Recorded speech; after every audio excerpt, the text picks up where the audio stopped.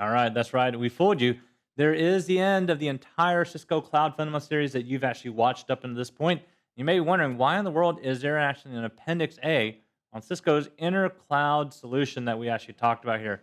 The reason why there is, or the InterCloud fabric, the reason why there is because even though the actual program manager for the exam itself says, hey, this is not going to be on the exam, more than likely you're going to encounter questions on the InterCloud solution. And we specifically avoided those topics because of that assurance that it wasn't going to be there.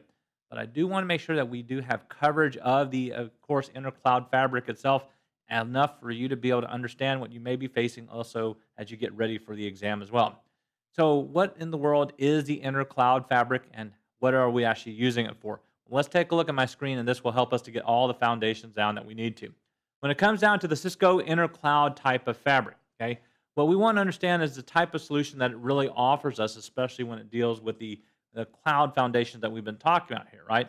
Is that it gives us that single point of management, okay, and control for both physical and virtual workloads across, well, even multiple clouds here, okay?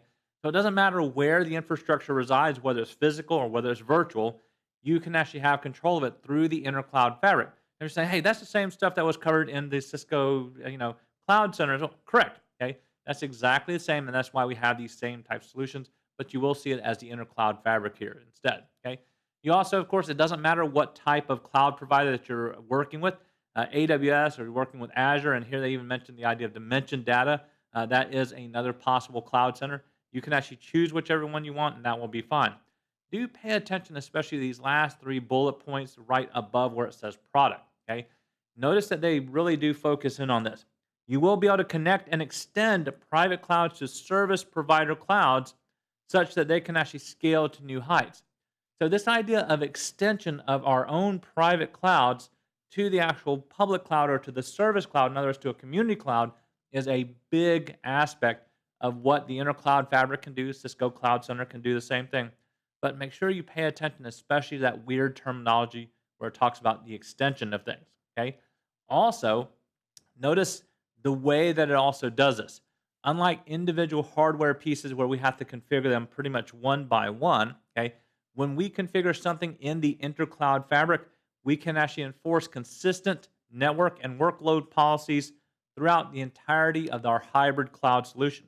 That's not only my private cloud that I have, and also extends into my public cloud, or even between two public clouds, or between a community cloud and a private cloud if you choose to. So in other words, we can actually extend all those features that are there and make sure that they're consistent across that. So that is another thing that you also want to make sure that you focus in on when we start talking about the realm of fabric of intercloud fabric here for the exam.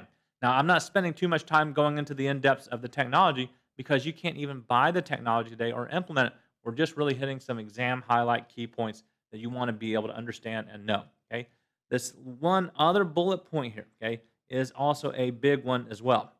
You'll be able to enable workloads to move to and from service provider clouds for both physical and virtual workloads as well. So you are now talking about, of course, moving workloads, okay, between the physical and the virtual, okay, actually between service and, of course, our private cloud. Well, that's something that you also want to be able to do, and the InterCloud solution gives us that, okay? So you might see InterCloud on the exam. I can't guarantee you'll see it, okay? But I do know that there's a likelihood that you'll see that. Now, we want to make sure that you also understand that the InterCloud fabric itself is not just a concept. There are products that you can actually kind of dive into, okay? There's two specific products, and when we start talking, there is, of course, the Cisco InterCloud fabric for providers. This is more than anything else where our service providers might come in and manage their own cloud solution.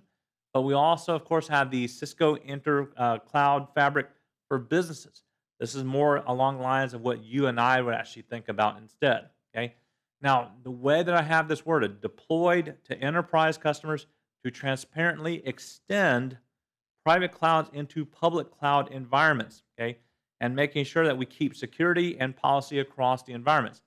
That is by far probably one of the key features that you want to make sure that you zoom in on as you also prepare for the exam as well and the solution here. Okay, there are many different ways that we can actually do this.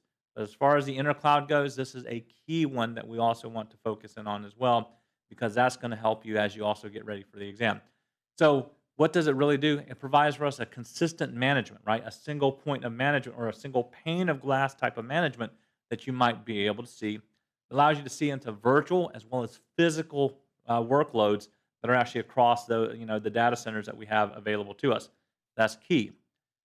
Also, make sure that you can recognize that the two components that make up the idea of the Cisco InterCloud Fabric is the Cisco InterCloud Fabric Director, and notice that there's also the Cisco Fabric Secure Fabric. Okay, both of these are components within the entirety of our Cisco InterFabric Cloud solution itself. Okay, these particular points are going to be key for you as you get studying. I'm not going to actually try to again help you to learn all about a product that's no longer there. But I do want to make sure that we at least cover the material that you actually need to know, and that will set the foundation for what you might need to actually face on the exam as well. So for those of you that are actually continuing on in your study and wanted to know, will you actually face questions on InterCloud? There's more than likely a possibility. I can't guarantee you that you will, but I did want to make sure that we did cover it in depth just in case you did. So we did cover the Cloud Center solution in depth during the entire official portion of the class. This addendum should help us to make sure that we round out our knowledge, especially in this area that we might not have any knowledge in since the product itself is done. Okay, so make sure you stay tuned. There might be another appendix that's coming up in the near future for us, but we'll go ahead and sign off for now. Thank you.